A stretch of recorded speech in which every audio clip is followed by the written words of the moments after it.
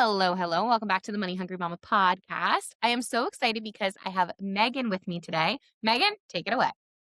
Hi everyone, I am Megan. I am the person behind the Phonics Mama in story boxes. I used to be an elementary teacher, where I loved teaching kids how to read.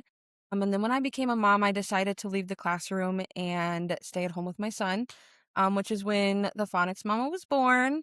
I feel like it's when like my teacher life and my mom life became like intertwined, because I knew the struggles that families had with teaching kids how to read. But when I became a mom, I realized sort of like what was helpful and what was going to be useful for families. And so that is where Phonics Mama comes from.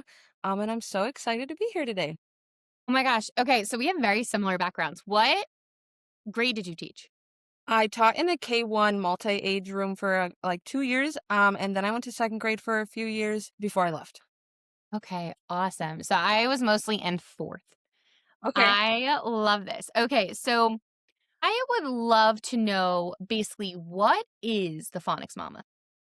Yeah, so I feel like we're a couple things. It's I want to be like a resource for families. So like on our website I have a blog where I post like tips and tricks for things families can do at home. But the Phonics Mama is also story boxes. So story boxes are interactive like reading kits. So they all come with a book that fits like a theme, and then I create activities that are hands-on, and they all practice a literacy skill. So it's all like about learning through play and making story time more hands-on and engaging for our little ones. I love that. So basically, is it like a subscription? Yeah, so we have like two options. So we have a monthly subscription where you can get a box every month specific to your child's age, or we have seasonal boxes that I make every couple months. We have new ones that drop. And so those ones are also age specific, but you can pick sort of which theme your child is interested in most, and things like that. That is really cool. So basically, you get this box, it comes with a book and all the activities that the parents need to do to be able to teach them how to read. I love this. Okay, this is really exciting. So, how did you get into this? It's kind of a funny story. So my friends and family will always tell you that like I'll have a business idea after business idea after business idea. Like I just like I think I was meant to do something. I just had to find it. And so when I started story boxes, it wasn't even much of a business idea at first. It was last January, right after Christmas. I was looking for ways to make some extra money. And so I made the first story box, but it really wasn't a story box at the time. I just posted it in a local like mom's group, and people loved it, and I was like, "Oh, this might be the one." Yeah, Yeah. yeah. So, okay, so basically, so I'm understanding and everybody's understanding your job is you have to find the book. So, like, Mhm. you need to Like, find the you need to find. and Yeah. then you're Then going to you're make going to make. activities that we could do, and if there's any, like, manipulation things, like, you'll put them in Yep. to use too. Yep, so the Wow. box will come with everything you need. So when I'll create the activity, I hand make everything, I pick out the stories. So everything you get in the book was made by me, so it's really extra special. Yeah, so it's pretty fun and it's really. Very cool. Okay, this is really cool. So, you started last January, love this, and you started by posting in your local groups. Now what are you kind of doing for marketing? Yeah, so now we have like a full-blown website, the whole social media thing, which is a struggle, but we try to Yes. show up and stay consistent. And then our main like spread of word is through like pop-up markets and like vendor shows and things like that is how we've spread it, or we spread the word the most. Very cool, very cool. I think it's so funny because, you know, every single person that comes on and we talk about social media, it's just like, "Yeah, it's a beast. It's a beast." It, It really honestly is, and it's really hard in the beginning when you're growing, but it's just, like, staying consistent, right? It's pushing out those trial reels, it's pushing out, you know, all those things, so that is really fun. Okay, so we know the marketing, you're setting up at your vendor events, you're doing all those things. Now, what are some of the biggest tips that you have for starting a business for a mom who wants to start one? Yeah, I think my biggest tip or like advice is to just do it. I've like this is not the first business I've like tried to start. Before I did story boxes, I would like hand make kids clothing, and sell that at. So yeah, so this is a little bit of a spin on what I used to do, but when I did that, I wanted everything to be perfect before I posted it. Or like I really just wanted to get, like, my website to look really good before I wanted to show people it. Did story boxes when I had, the feedback that parents, like, really loved this idea. I just, like, ran with it, and I was like, "Okay, we're gonna get a website up." My website has changed multiple times within the year. My logo has changed, my product label has changed. So it is okay to just put something out there and then go back and fix it or make it better or whatever you want to do to it. It's just like just do it. Just start.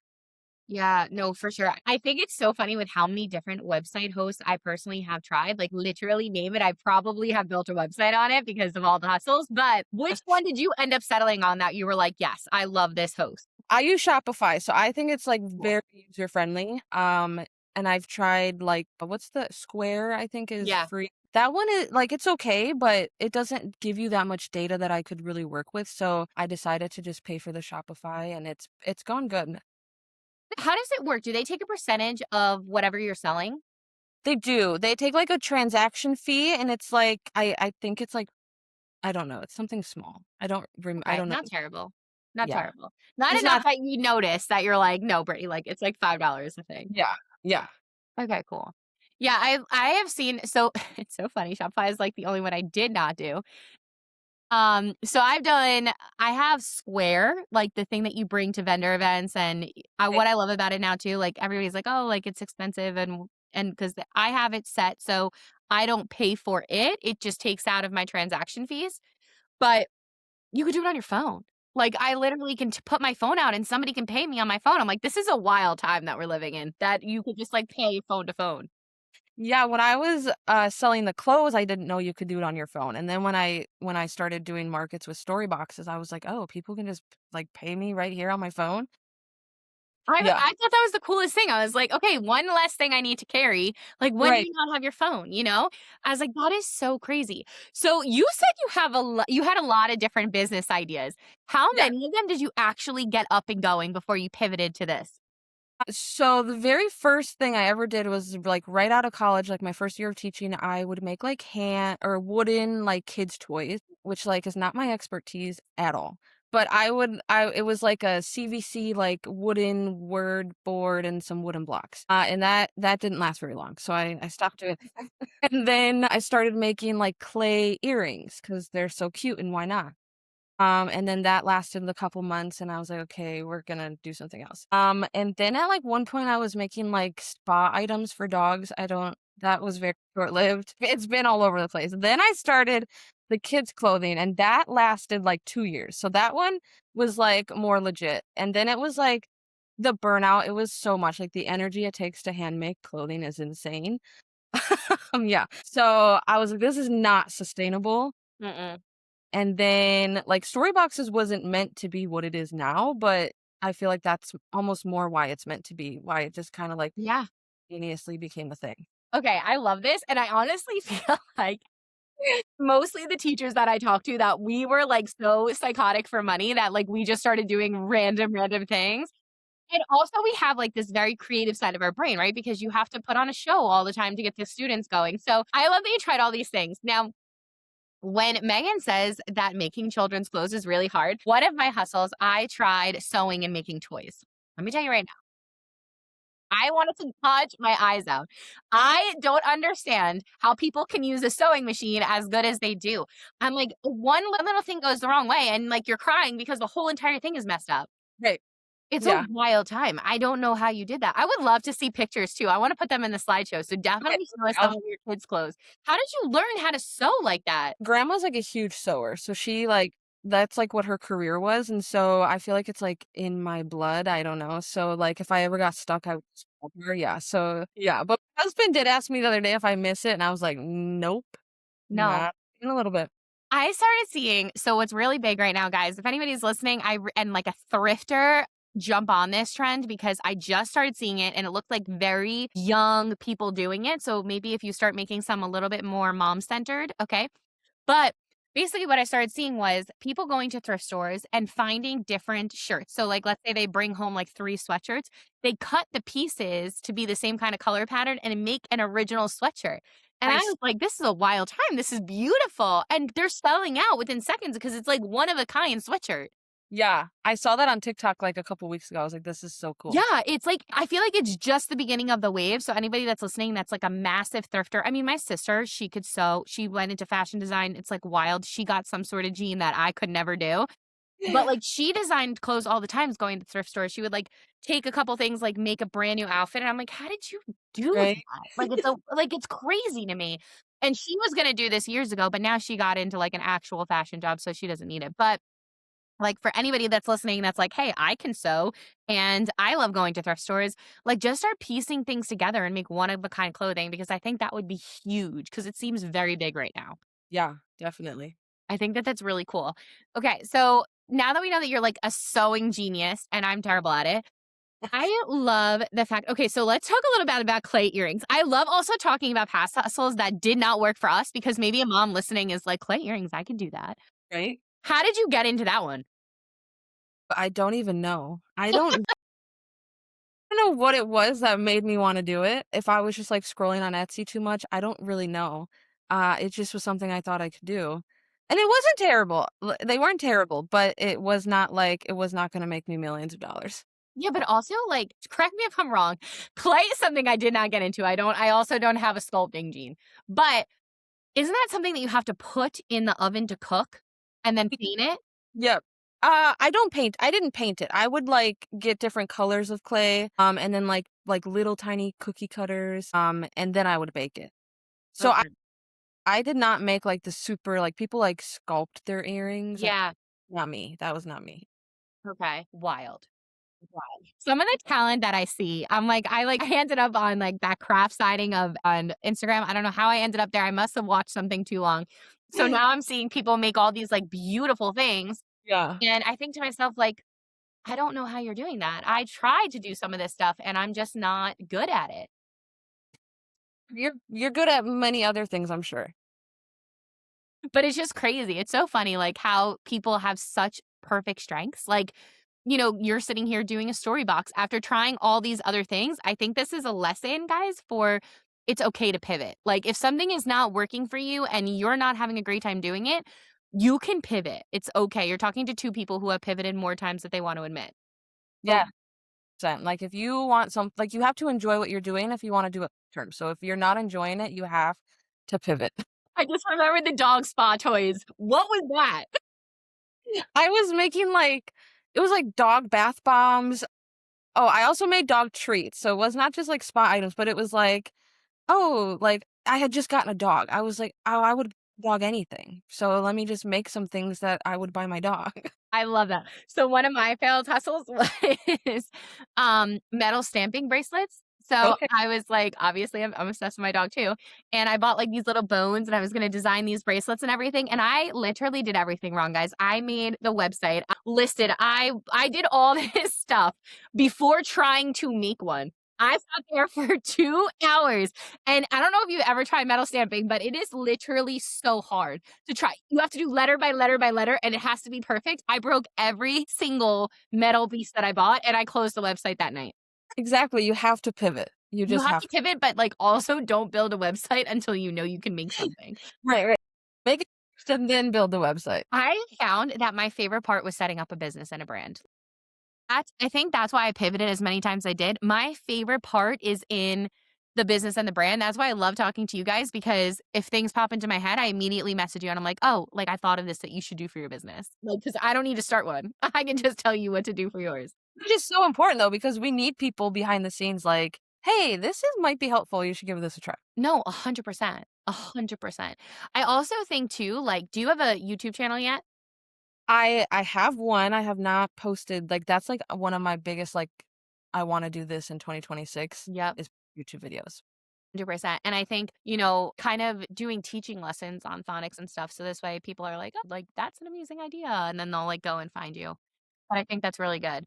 And this way too, like, if, I think sometimes too, as teachers, we're just like, how do you not get it? Like, how do you not know how to do it? But it's just because we're in it all the time. So if you make a step by step for parents to watch and like, Mhm. this is how you do this box and this is going to be how you do it, I think that would absolutely help because not everybody understands how to do it. Right, like, because as a teacher, it's like your assumption is like, "Oh, everybody knows this," but, like, no, like, we've actually been in so many trainings and we've taught so many kids No, and, like 100%. right, like, you really have to go step by step for families to know how to do it. But it's, like, wild to me too because then on the other end, you have people in corporate that are like, "How do you not know how to do taxes?" And it's like, "Okay, well, you know what? I Yeah, know how to do this, and that's my strength." So I think it's just, like, a wild time because you don't know who knows what, and you just assume that everybody knows what you know, but it's so not true. Like, I can't sew, and look at you, you're, like, a genius at sewing. So you never know what people know. This right. is so fun. Okay, so I love the dog spa idea. Now, why did that not last? Nobody would buy it. I mean, that is, like, as honest as it can be, like, I was making dog treats in my kitchen, I just had so many dog treats and nobody would buy them. Oh my gosh. Where were you marketing that? Just I at this point in the game, I don't think I figured out market I mean, I would say I still haven't figured out marketing, like, that is very much a learn as you go, but no, I, like, posted on Etsy, like, one time, and I was like, "Okay, now someone should buy this," and that was it. I love it so much because I have obviously been in situations too, like, so I was I fell into the trap, guys, like, I fell into the trap of, "This person's making a zillion dollars, let me buy their course and let me figure out how to do it," right? But what we don't think about when we're buying these courses is how many other people are buying these courses and that they were ahead of the curve. And, like, if I can instill that in people's brains, like, yes, there's a course because they did it because they were the first to do it. So, like, think of all the people that are now your competition, right? So, there was a time when everybody was like, "Oh, just go to Canva, manipulate it a little bit, post a shirt," and then there's 75 of the same shirt that's on Etsy, and I'm sure that's still a thing, right? But, like, it's true, right? Do it for a dollar less. But I think, like, that's something that I wish I could instill in everybody's brains. I The big thing a couple years ago was making digital products. Put it up Yes. once and sell it and you get it and it's fantastic. No, that is such a specific niche. Like, I think if you're an illustrator Mhm, or if you are really good at graphic design or if you are an artist, power to you. I really think that you could make it big doing very custom, like one of a kind printables, right? But mhm, me, who cannot draw for her life, that is manipulating certain images, I'm not gonna be as good as the other person, right? So I think that was a very false advertised thing for a while, but I did have a printable shop. I made, like, 50 different things. I was, like, I was going and competing and all this stuff. It made some money, but not anything close to what the girl that was teaching me was making. yeah, yeah, definitely. I mean, I still see those videos, like, today of they're like, "Oh, make this digital resource and sell it 10 times a day and you'll be rich," and it's not that easy. It's not, especially now with AI. Mhm. Yeah, Like, now with AI, literally anybody can ask it a question and get an answer. Like, I think there needs to be a serious pivot in this digital space because there already is a digital thing that can tell you anything that you need to know. right, So, like, doing something like you're doing, that can't be replaced by AI. Like, doing something, sitting here communicating and talking with you, that's not gonna be replaced by AI. You need to think of things back to being human, and I think that's never something anybody loves to hear when I say, but, I really do think gone are the days of, like, digital products and stuff. Like, they can literally ask ChatGPT anything right. and get it. It's wild. 2 seconds. Wild. It's crazy. Okay, so now we have 17 businesses. We're on the Phonics Mama. What has been the biggest challenge that you have faced with this one? This one's, like, obvious, I feel like, but it's, like, growth. Like, I know I have a product that I, like, actually love, like, I love creating these, I love showing families these boxes, but it's like, how do I find my people? And so, social media is, like, where I put most of my energy into trying to find these people, but it's not always as easy as it sounds, like, you make a post and it flops, or you try really hard on a video and you're like, "This is gonna be the one," and it's not. So, I guess it's, like, being patient and just telling myself it'll happen, it just hasn't happened yet, but yeah. No, it's also too, like, I think there's a couple things that come into social media. And the first thing is you need to figure out, I call them avatars, who your target audience is, right? Mhm. Like, I have mine down to names, their job, their everything about them, right? Like, you need to figure out where they're living. And so for myself, they're living on Instagram. For yourself, I'm going to go with Instagram too. I think we're very targeted to Mhm. the same niche. Now, When it comes to posting as a brand new account, and I want you guys to hear this, you need to engage as much as you post. And so if you're not taking the time to engage on people's things 10 minutes a day, your posts are going to flop. Instagram's like, why should I push you? You're a bot, right? So, like, it needs to see you being human. So, you need to engage. Trial reels are huge. I know some people say, like, post 7 a day. I feel like it's getting very TikToky, but it works, right? Like, if you are posting at least one trial reel a day, and maybe it's like something that you already did and you're tweaking it just a little bit, it's gonna work. Mhm. Now, another thing people hate when I say, but I have noticed a huge difference posting on Threads and then posting on Instagram. They're connected, they're the same thing. So if you're utilizing both platforms, it's almost like, "Here, we'll help you. I'm gonna push yours a little bit further." It's just That's a game. smart. And, like, and that's kinda where I lack sometimes where it's like I get, like, social media burnt out, like, there's so many platforms, there's so many things to do, and I know I should be engaging, but sometimes I'm like, I just don't have it in me. Or, like, no, I've posted on Threads recently, but for a couple months, I was like, every day, so many threads, I'm gonna do this, and people and I grew my following, but then I was like, "Okay, this is a lot, I don't wanna be posting on Threads every day."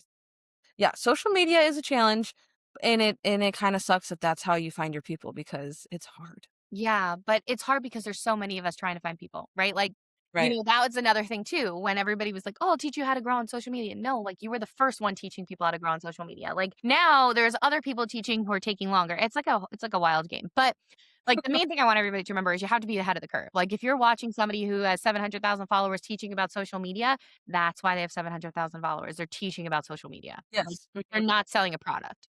So, I think sometimes we forget that. But when it comes to social media, the best thing you can do, it's called habit stacking, right? So this is what I did for Money Hungry Mama because I knew I was going to get burned out because I got burned out with the my author account, right? So this is what I challenge you guys to do. Week 1, engage with 3 comments every single morning when you wake up. Like 3 posts, like just pull up your thing, and maybe comment on one. Every single day, just 3. Just the first 3 you see, like them and engage, right? Then what you'll do is you'll think of a posting schedule. It's much easier when you have content pillars to post to. Mhm. So try to have 5 where you're rotating between. And there was a time when I was seriously trying to grow the Money Hungry Mama that I would post 7 days a week. That's too much for me. But honestly, it's a habit now too. Like there's also a part of me that's like, oh, I didn't post today. Like, and it's like, do I need to? No, I'll post tomorrow. But like it becomes a habit. 19 days and something becomes a habit. So if you can commit to 19 days of doing something, it's a habit. So then after 2 weeks, you're going to add the next habit, which is going to be posting. So it's like, okay, I'm going to post 3 times this week, Monday, Wednesday, Friday. I'm going to commit to a learning lesson through a carousel, a video reel of behind the scenes, and a picture of inside this month's box, right? And you could just change every single week, change the way the box looks. And that's a different picture every single week. Like, don't forget to get February's box. Don't forget to get February, and like just manipulate how they look, right? Mhm. So that's a different post. So if you're doing those 3 times a week, now do that for 2 weeks. Now it's a habit. And it's like, okay, like I'm getting in the use of carousels being lessons and I'm videoing behind the scenes of packing a box and I'm, stuff like that. So once you get into it, I promise you it becomes easier and all of a sudden within 10 minutes you're done. Yeah, I love that. I have to do that. You have to. It just becomes like, don't overwhelm yourselves to be like, I have to do everything right now. Trust me, Mhm. I've done it. You're going to die. You're Yeah. going to be like, I hate everything, flip a table and be done. But if you do it piece by piece of, okay, let's start with some engagement because that is the most important piece. I know you want to post and I get that from the bottom of my heart. But as somebody who posts for years, it's 2018 is when I started. It is now 2026. My most viral thing My most viral is, like, over 4 million of the most disgusting picture of me with a question on it, okay? Like, I tried nothing. I was like, "Oh, sugar, I forgot to post today." And, like, a question, That's and that is it. the most viral. Not all the times that I, like, seriously put on makeup and I tried and I did a no, it's a disgusting photo. I'm pretty sure I even have the double chin in it. Like, I literally took a picture right before bed, and that is my most viral. So, like, don't try so hard either. Yeah. You really don't have to. People love the raw and the real, and I just think, like, that's just something to remember when it comes to social media. Yeah, it's really yeah, that's really good advice. Thanks. Yeah, no, I can literally live in this social media tangent because it's like what I study and it's what I'm trying to figure out and, get you guys out there. Because I think what you have is a fantastic product. I think many, especially as a teacher and a mom, like, I think it's so needed. But for you, there's extra steps, right? Like, you're going to have to make those YouTube videos Mhm, explaining how to do it, even if it's the one a month and you're just explaining the one box. Like, mhm. just start with that. And once you get more comfortable, you do more. But also, like, a post that you have weeks ago can eventually go viral. So That's so true. it's Yeah, just like living in the space of uncertainty, or just right. like take a really disgusting photo of yourself and put a question on it, and bada bing, bada boom, 4,000,000. When I'm in bed, I'll pull out the double chin. Yeah, pull out the double chin. It works every time. People are like, "Oh, let me just answer this person. They have a double chin." I feel that. No, it's so true. So, where do you see the Phonics Mama in the next 1 to 3 years? Hope to see us, like, our subscription to be more of, like, a household name, like, just, like right now there's a lot of education that comes into when I tell people about story boxes because it's not super familiar, as, like, an interactive story kit. They don't know what comes inside of it, so I hope that in 3 years, they hear story boxes and they're like, "Oh, I know what that is," and I hope that it's a business that is sustaining my family and giving us the financial freedom that we want. I love that. Have you reached out to any influencers yet to send them a free box? No. Okay. So that's going to be what you want to do too. You're going to want to reach out to mom influencers and just say, "Hey, like, I would love for you to try the product. And if you love it, please share it with your audience." Like, Mhm. and sometimes they might charge you, but sometimes they're pretty good at, like, just if they like something, sharing it. Yeah. Yeah, that's definitely on, like, the to-do list, like, I made, like, a bingo card for 2026 of all the things that I wanna do, and some of them are doable, some of them are outrageous, but You should reach that's out to Teacher Tricks times two. They were on the podcast. They're fantastic. I always send them a copy of my new book. They're really gonna great. Reach out keep to them. Teacher Tricks times two. And, send them a free box and they're good. cool, yeah. Yeah, I just, like, send them a new book every single because I write children's books. That's my thing. So I literally just I'm like, "Here's my new book. Tell me if you like it." Oh, So, that's on my list now of automatic send. Yeah, they're cool. They're really, really cool. But my biggest thing too is I think the growing phase, and that's why I love talking to you guys, is the hardest phase. mhm. But, like, this is it. This is gonna be the grit and heart, right? Like, this is gonna be you're gonna try, like, insane things to get out there. And I think, honestly, if I were you too, I would look at doing a vendor event in what state are you in? Wisconsin. Okay, guys, geographically, I am not good, alright? So, I was about to, like, name states, I don't remember the map. I've been out for too long. But what I would do is I would look at neighboring states and, like, just do vendor events in different states too to try to get your name out there in Yeah, different places.